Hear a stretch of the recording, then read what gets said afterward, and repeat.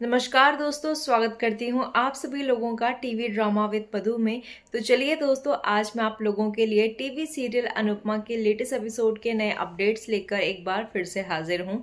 तो चलिए दोस्तों, देख लेते हैं क्या कुछ हुआ है आज के नए एपिसोड में और क्या कुछ खास चीज़ें हमें देखने के लिए मिलती है आज के सीरियल में। तो वीडियो को शुरू करने से पहले दोस्तों, अगर आपने अभी तक वीडियो को लाइक शेयर सब्सक्राइब नहीं किया हो तो प्लीज़ कर लीजिएगा और हमें कमेंट्स में अपना राय जो है वो ज़रूर दीजिएगा। तो चलिए दोस्तों, शुरू करते हैं अनुपमा सीरियल के आज के अपडेट्स को। तो दोस्तों, टीवी सीरियल अनुपमा की आज की कहानी में हमें दिखाया जाता है कि जैसे ही अनुपमा राजपाल से बातें कर कर वापस आशा भवन में लौटती है तो उसे इंदिरा जी और नंदिता जो है वो पूछने लगते हैं कि कौन आया था, राजपाल। तो नंदिता कहने लगती है कि क्या हुआ, क्या बोला उन्होंने। तो फिर अनुपमा कहने लगती है कि वही जो हमेशा वो बोला करते हैं, या फिर टैक्स पे करो या फिर इस आशा भवन को छोड़कर निकलो यहाँ से। और वहीं पर इंदिरा जी कहने लगती है कि उसके पिताजी का राज है क्या, तुम चिंता मत करो, कोई ना कोई बंदोबस्त जो है वो हो जाएगा। तो नंदिता भी कहने लगती है कि हाँ, बापूजी गए हैं ना अपने दोस्त से बातें करने के लिए, कुछ ना कुछ तो हल निकल ही जाएगा। और तभी वहां पर इंदिरा जी भी कहने लगती है कि फिलहाल तुम टैक्स की चिंता छोड़ो और अपनी शादी पर ध्यान दो। और तभी वहां पर अनुपमा भी कहने लगती है कि हाँ, चिंता तो जिंदगी का हिस्सा है और परेशानियां तो आती जाती रहती है, इसका मतलब ये तो नहीं कि हम अपनी जिंदगी की खुशियों को छोड़ दें। और तभी हमें सीरियल में आगे किंजल को दिखाया जाता है जो कि वहां से गुजर रही होती है। तो अनुपमा उसे रोकती है और कहने लगती है कि क्या हुआ, तुम चिंता में लग रही हो। तो किंजल बताती है कि हाँ, मैं परी के स्कूल से आई हूँ और वहाँ पर मुझे पता लगा है कि परी जो है वो पढ़ाई में बिल्कुल भी ध्यान नहीं दे रही है और कोई भी एक्टिविटीज़ जो है वो सही से नहीं कर रही है। पता नहीं उसका मन ही नहीं लग रहा पढ़ाई में, उसकी स्कूल टीचर ने बताया। और कहती है कि वो स्कूल में बिल्कुल भी इंटरेस्ट नहीं दिखाती है और बिल्कुल चुपी रहती है। तो अनुपमा कहने लगती है कि घर में तो वो बिल्कुल सही से रहती है और सबसे अच्छे से बातें भी करती है और बच्चों के साथ भी बिल्कुल अच्छे से खेलती है। तो किंजल कहने लगती है कि मैं भी यही सोच रही हूँ मम्मी कि घर में तो वो सबके साथ अच्छी रहती है, तो फिर वो स्कूल में ऐसा क्यों रह रही है। और मुझे तो बहुत ही ज़्यादा टेंशन हो रही है और आई एम सॉरी कि मैं बहुत ज़्यादा ओवर रिएक्ट कर रही हूँ, बट मुझे बहुत ही ज़्यादा टेंशन हो रही है और वो मेरी बच्ची है और मैं उसके बिना नहीं रह सकती। और कहने लगती है कि मम्मी, परी मेरी लाइफ है और मैं उसी के लिए जी रही हूँ और उसे कुछ हो गया तो मैं कैसे रहूंगी। और तभी वहाँ पर अनुपमा जो है वो किंजल को समझाती है और कहने लगती है कि मैं मानती हूँ कि जब कोई हंसता खेलता बच्चा जो है वो अचानक से चुप हो जाए और कुछ भी ना करे और कुछ भी बात ना करे, तो मैं मानती हूँ कि ऐसा होता है, और लेकिन हम उसे समझाएंगे और उससे बात करेंगे ना, तुम चिंता मत करो और पता लगाने की कोशिश करेंगे कि उसके अंदर जो है वो क्या चल रहा है। और कहने लगती है कि तुम्हारी जिंदगी में कितने सारे उतार चढ़ाव आए हैं, कभी तुम अमेरिका में रहे, वहाँ पर कितनी सारी प्रॉब्लम्स क्रिएट हुई, वहाँ से स्कूल छोड़ना परी का और फिर यहाँ पर आना, फिर यहाँ पर भी वनराज का ऐसे चले जाना अचानक से, और ऊपर से तुम लोगों का उस घर से निकाला जाना और यहाँ आकर रहना, और ऊपर से रोज रोज का झगड़ा, रोज रोज का कलेश देखना। तो हम लोगों से नहीं देखा जाता तो बच्चों से कैसे देखा जाएगा। तो ये सब देखकर जो है वो उस बेचारी के कोमल मन पर क्या असर पड़ेगा। और तभी वहां पर किंजल कहने लगती है कि शायद यही वजह है जिसकी वजह से सभी बच्चे जो है वो आपके इस आशा भवन में रहना चाहते हैं। तभी वहां पर अनुपमा जो है वो चुप हो जाती है। तो किंजल कहने लगती है कि मम्मी, अगर आप कुछ कहना चाहती हैं तो आप कह सकती हैं।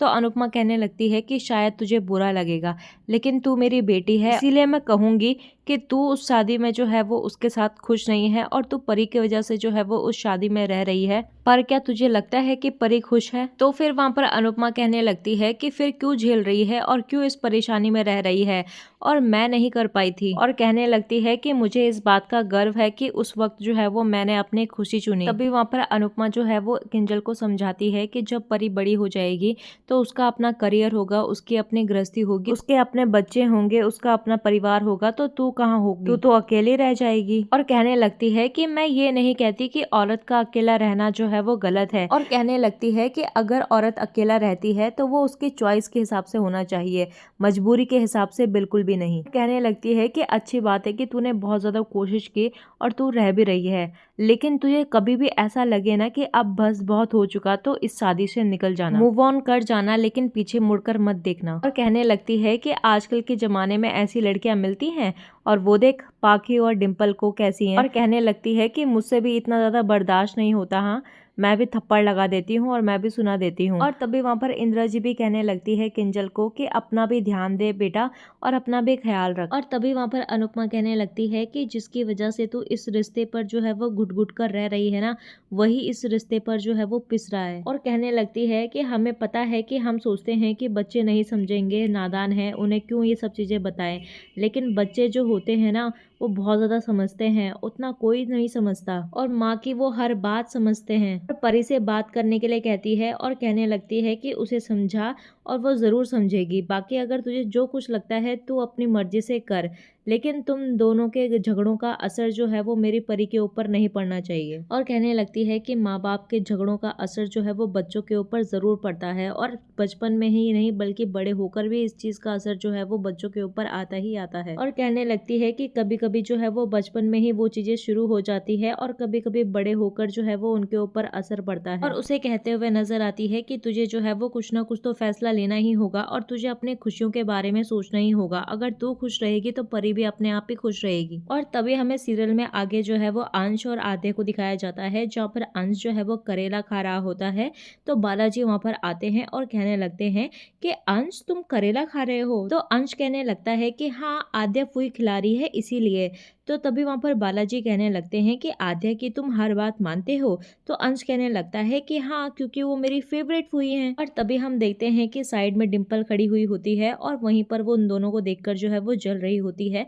तो अनुज आ जाता है और कहने लगता है कि डिम्पल तुम इतनी ज्यादा बदल क्यों गई हो, तुम्हें पता है ना तुम पहले कैसी थी और अब कैसे हो गई हो। कहने लगता है कि अगर अंश और आद्या की जो है वो बॉन्डिंग अच्छी है तो तुम्हें तो खुश होना चाहिए, तुम जल क्यों रही हो। और कहने लगता है कि मैं तुम्हें डांट नहीं रहा हूँ बल्कि समझा रहा हूँ कि तुम्हारे बेटे को जो है वो तुमसे कोई नहीं छीनना चाहता और ना ही कोई छीन रहा है। और तभी वहाँ पर डिम्पल कहने लगती है कि अपनी बेटी से कहिए कि मेरे अंश से दूर रहें, मैं उसको संभाल लूंगी। तभी वहाँ पर अनुज कहने लगता है कि चलो ठीक है, मैं अपनी बेटी आद्या को तो समझा दूंगा, लेकिन तुम अंश को कैसे समझाओगी, चीख कर, चिल्ला कर या फिर थप्पड़ लगा कर। और तभी वहाँ पर अनुज कहने लगता है कि डिम्पी हम तुमसे बड़े हैं इसीलिए तुम्हें समझाने की कोशिश कर रहे हैं और तुम्हें पता है कि अंश तुमसे दूर क्यों जा रहा है, किस लिए जा रहा है, क्यों वो अनुपमा को गले लगाता है और क्यों वो आद्या के साथ वक्त बिताना चाहता है, कभी पता है तुम्हें। और कहने लगता है कि अपनी गलतियों को समझो और उन्हें दूर करने की कोशिश करो। और कहने लगता है कि मैं किसी भी बच्चे की माँ को नहीं समझाना चाहता कि वो समझदार कैसे बने और अपने बच्चे को कैसे पाले। तुम इतनी ज्यादा समझदार तो हो ही ना कि तुम्हें पता है कि क्या करना चाहिए तुम्हें।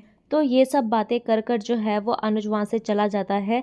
तो डिम्पल कहने लगती है कि जब देखो आद्या आद्या आद्या, जाने से मैं यहाँ पर जिंदगी भर तो नहीं रहूंगी लेकिन जाने से पहले जो है वो इस आद्या की ऐसी बैंड बजा के जाऊंगी कि जिंदगी भर जो है वो मुझे याद कर कर रोती रहेगी। और तभी हमें सीरियल में आगे जो है वो तोशु को दिखाया जाता है, जहाँ पर वो यशपाल से जो है वो बातें करने के लिए जाता है आशा भवन को बेचने की। और तभी वो उसे खूब ज्यादा मनाता है और कहने लगता है कि मैं जो है वो आशा भवन बिकवा दूंगा लेकिन बदले में मुझे क्या मिलेगा। तो तभी वहाँ पर यशपाल कहने लगता है कि क्या चाहिए। तो तोशु कहने लगता है कि सेलिंग प्राइस का 20%। तो यशपाल जो है वो मना करने लगता है। तो तोशु कहने लगता है कि चलो चलो कोई बात नहीं 10%। लेकिन यहाँ पर यशपाल जो है वो 10% में भी नहीं मानता, तो तोशु 5% कहता है। तो यशपाल जो है वो मान जाता है और डील जो है वो पक्की हो जाती है। और तभी वहाँ पर तोशु जो है वो बहुत ज्यादा खुश हो जाता है और कहने लगता है कि जब इस आशा भवन के एरे गेरे नथु खेरे को धक्का मार कर जो है वो इस आशा भवन से बाहर निकाला जाएगा ना, तो मजा आने वाला है। और साथ ही साथ कहने लगता है कि मम्मी इस आशा भवन में आपकी शादी होने वाली थी ना, अब शादी नहीं आपकी विदाई होगी। और तभी हमें सीरियल में बा को दिखाया जाता है, जहाँ पर वो बापूजी से फोन पर बातें कर रही होती है और उनसे लड़ाई कर रही होती है और कहने लगती है कि मैं अपनी जिंदगी भर के जमा पूंजी जो है वो अनुपमा को क्यों दूं। और तभी वो बापूजी से कहने लगती है कि ठीक है मत कीजिए मुझसे बात, मैं भी नहीं करूंगी। और तभी हम डॉली को देखते हैं जो कि बा के कमरे में आती है और कहने लगती है कि क्यों लड़ रहे हो आप बापूजी के साथ। और तभी वहाँ पर बा कहने लगती है कि तुम्हारे बापूजी का जो है वो दिमाग खराब हो गया है। एक तो वो आशा भवन के टैक्स भरने के लिए इधर उधर भटक रहे हैं और अब कह रहे हैं कि मैं अनुज और अनुपमा की शादी के लिए जो है वो अपने गहनों में से थोड़े से गहने उन्हें दे दूं। लेकिन यहाँ पर बा कहने लगती है कि मैं क्यों दूं, अगर मैं अपने गहने दे दूंगी तो मुझे तो कटोरा लेकर वहाँ पर सड़क में बैठना पड़ेगा। और तभी वहाँ पर डॉली कहने लगती है कि कोई जरूरत नहीं है, एक चवन्नी देने की भी जरूरत नहीं है, और बल्कि मैं तो कहती हूँ कि आप ना भाभी से सारे गहने जो है वो वापस ले लीजिए, कहीं वो अपने सारे गहने जो है वो बेच ना ले और कहेगी कि सारे गहने चोरी हो गए। और अपनी अमानत जो है वो अपने पास संभाल के रखो। तो बा कहने लगती है कि सही कह रही है तू, और मैं आज ही जो है वो अनुपमा से सारे गहने वापस मांग लूंगी। और कहने लगती है कि मेरे पास देने के लिए उसको आशीर्वाद तक नहीं है, तो गहनों की बात तो अलग है। तो इसी तरीके से दोस्तों आज का एपिसोड खत्म हो जाता है। तो आप लोगों को बाकी जो ये बातें हैं ना अनुपमा के लिए, वो कैसी लगी हमें कमेंट सेक्शन में अपनी राय जो है वो ज़रूर दीजिएगा। और साथ ही साथ अगर वीडियो पसंद आई हो तो प्लीज़ वीडियो को लाइक शेयर सब्सक्राइब ज़रूर कीजिएगा। मिलते हैं आपको नए एपिसोड के साथ, नए अपडेट्स के साथ। तब तक के लिए नमस्कार।